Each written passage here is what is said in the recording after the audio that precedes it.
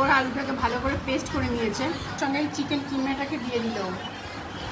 এর মধ্যে টমেটো কুচি আর পেঁয়াজ কুচি দিয়ে দিচ্ছে, সব কিছু দিয়ে পেস্ট মানে মেখে নিচ্ছে। এটি যে পেস্টটা বানিয়েছিলাম সেটা দিয়ে দিচ্ছে, নুন দিয়ে দিচ্ছে আর একটু মিষ্টি দেবে, দিয়ে দিল। জিরের গুঁড়ো দিচ্ছে, এরপর ধনের গুঁড়ো, লঙ্কার গুঁড়ো দিয়ে দেবে, গরম মশলা দিচ্ছে, ধনের গুঁড়ো, রসুনের পেস্ট দিয়ে দিচ্ছে, কিছু দিয়ে ভালো করে একটু মেখে নেবে।